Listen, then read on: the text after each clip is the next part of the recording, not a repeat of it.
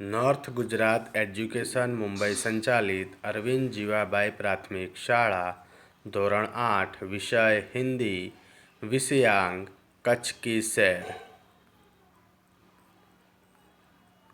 शब्दार्थ अनूठा अनोखा विशिष्ट रेगिस्तान मरुभूमि जीर्णोद्धार पुनर्निर्माण मजार दरगाह गुरुद्वारा सिखों का धार्मिक स्थल भूचाल भूकंप।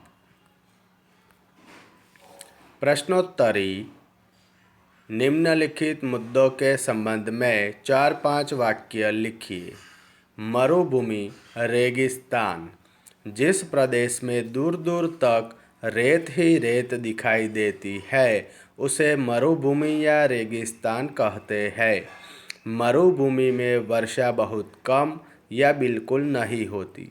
यहाँ पानी के लिए दूर दूर तक भटकना पड़ता है।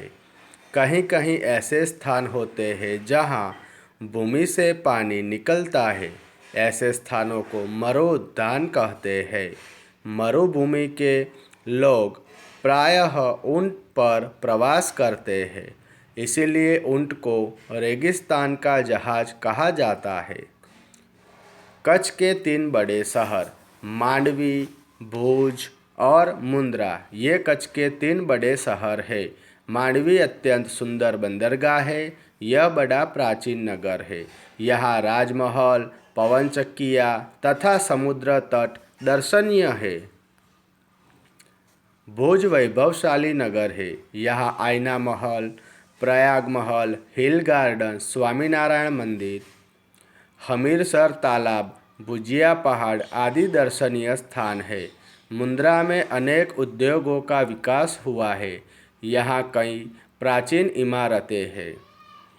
3 कच्छ में स्थित धार्मिक स्थल भद्रेश्वर, नारायण सरोवर, लखपत तथा हाजीपीर ये कच्छ के मुख्य धार्मिक स्थल है।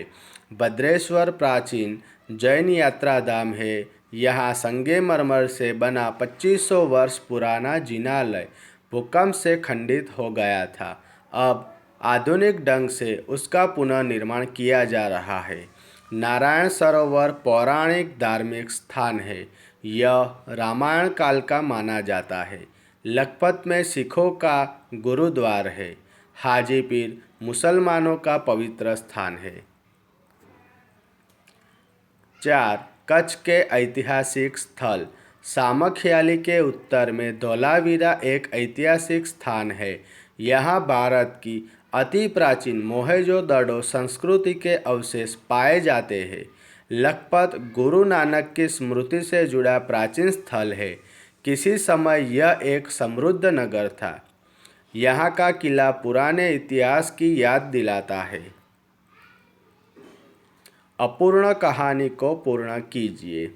उत्तर एक गांव था। उस गांव में एक गरीब किसान रहता था। उनके 2 बेटे थे। बड़े का नाम रामू और छोटे का नाम लखन था। रामू को खेल कूद का शौक था। उसे निशानेबाजी में भी बहुत रुचि थी। बड़ा होकर वह भारतीय सेना में भर्ती हो गया। छोटे बेटे लखन को खेतीबाड़ी का शौक था। उसने खेती की जिम्मेदारी संभाली और एक समृद्ध किसान बन गया। भारत पाकिस्तान के बीच युद्ध हुआ। रामू ने बड़ी बहादुरी दिखाई। उसने दुश्मन के छक्के छुड़ा दिए। लड़ाई खत्म होने पर सरकार ने उसे वीर चक्र प्रदान किया। सेना में उसे ऊंचा पद दिया गया। अब किसान बहुत खुश है। उसके बेटों ने जय जवान जय किसान का नारा सार्थक कर दिखाया है। दिए गए शब्द मिले ऐसी पहेलियों का निर्माण कीजिए। सितारा, हाथी, चिराग, पाठशाला। उत्तर आकाश में रहता हूँ, रात भर चमकता हूँ, दिन में छिप जाता हूँ, सूर्यास्त होने के बाद फिर निकल आता हूँ, चमचम चमकता हूँ, रहता हूँ मौन, प्यारे बच्चों बतलाओ मैं हूँ कौन। सितारा। गणपति जैसा मुँह है मेरा, मस्त है मेरी चाल। हाथी। मेरे रहने पर अंधेरे की नहीं चल पाती, मेरे दो साथी है तेल और बाती। चिराग। 4 ज्ञान का मंदिर हूँ, सरस्वती का घर हूँ, आओगे यदि मेरे पास पाओगे विद्या का प्रकाश। पाठशाला। दिए गए शब्दों को शब्दकोश के क्रम में लिखिए। अभ्यास, विनय, संध्या, प्रगति, अभिवादन, महकना, संग्राम, शायर, हमदर्द, चिराग। उत्तर: अभिवादन, अभ्यास, चिराग, प्रगति, महकना, विनय, शायर, संग्राम, संध्या, हमदर्द। इस पाठ में आए प्रशासकीय शब्दों की सूची बनाकर उनका वाक्य में प्रयोग कीजिए। उत्तर: 1 अधीक्षक, मैं थाने में जाकर अधीक्षक से मिला। 2 प्रभाग, फिल्म प्रभाग आज बंद था। 3 वरिष्ठ, वे यहाँ वरिष्ठ अभियंता है। 4 कनिष्ठ, कनिष्ठ अधिकारी योग्य व्यक्ति है। 5 सचिव, मंत्री ने अपने सचिव को बुलाया। नीचे दिए गए विशेषणों का वाक्य में प्रयोग कीजिए। दयावान, मूल्यवान, कृपालु, थोड़ा सा, अच्छा, सुंदर, प्रिय। उत्तर: दयावान, राजा बहुत दयावान था। मूल्यवान, समय सबसे मूल्यवान वस्तु है। कृपालु, संत कृपालु होते हैं। थोड़ा सा, दाल में थोड़ा सा नमक ज़्यादा है। अच्छा, मोहन एक अच्छा लड़का है। सुंदर, उद्यान में सुंदर फूल खिले हैं।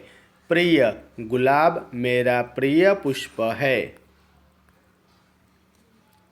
निम्नलिखित प्रश्नों के उत्तर दो दो वाक्यों में दीजिए। 1 कच्छ के गांधीधाम नगर की क्या विशेषता है? उत्तर: गांधीधाम औद्योगिक कारखानों का नगर है। यहाँ सिंधी प्रजा पाकिस्तान से आकर बस गई है। 2 भद्रेश्वर क्यों प्रसिद्ध है? उत्तर: भद्रेश्वर जैनों का अति प्राचीन यात्रा धाम होने के कारण प्रसिद्ध है। यहाँ जैनों का 2500 वर्ष पुराना संगमरमर से बना जिनालय है। सही वाक्यांश चुनकर पूरा वाक्य फिर से लिखिए। 1 कच्छ को हम म्यूजियम कह सकते हैं क्योंकि यहाँ तरह तरह के पशु पक्षी पाए जाते हैं। ब यहाँ तरह तरह की वनस्पतियाँ मिलती है। क यहाँ अनेक दर्शनीय स्थानों का वैविध्य है। उत्तर: कच्छ को हम म्यूजियम कह सकते हैं क्योंकि यहाँ अनेक दर्शनीय स्थानों का वैविध्य है। 2 नखत्राणा लोकप्रिय स्थान है क्योंकि यहाँ के लोगों के नाखून लंबे होते हैं। ब यह प्राकृतिक नज़ारों का केंद्र है। क यहाँ के लोगों के नाखून बहुत छोटे होते हैं। उत्तर: नखत्राणा लोकप्रिय स्थान है क्योंकि यह प्राकृतिक नज़ारों का केंद्र है। 3 काला पहाड़ पर चढ़कर रेगिस्तान की झांकी करना एक अनूठा अनुभव है। ब बड़े साहस का काम है। क बहुत साधारण बात है। उत्तर: काला पहाड़ पर चढ़कर रेगिस्तान की झांकी करना एक अनूठा अनुभव है।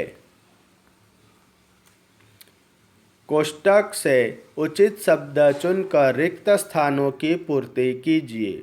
सूरजबारी, मजार, सिंधी, आदिपुर, प्रवेश द्वार।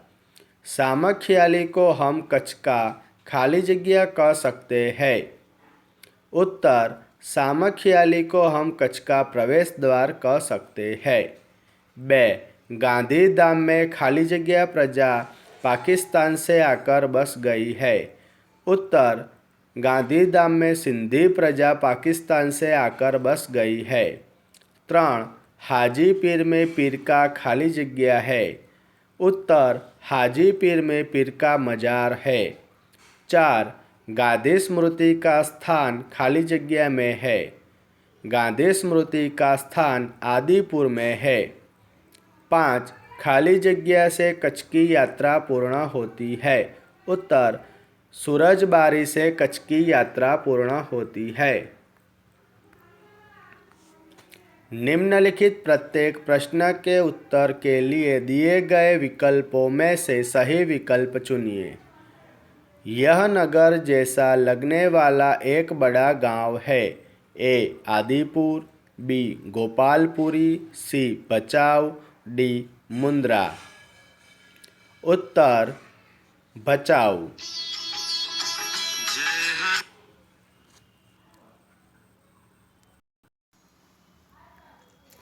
बे. कंडला क्या है? ए. हवाई अड्डा, बी. औद्योगिक नगर, सी. पर्यटन केंद्र, डी. बंदरगाह। उत्तर, बंदरगाह। 3. कच्छ में 72 जिनालय कहाँ है? ए. मांडवी में, बी. लखपत में, सी. गांधीधाम में, डी. भद्रेश्वर में। मांडवी में। 4. सूरज कच्छ की कला का परिचय कराने वाली एक खाली जगह है। पुस्तक, बी. संस्था, सी. नगरी, डी. कृति। उत्तर, संस्था।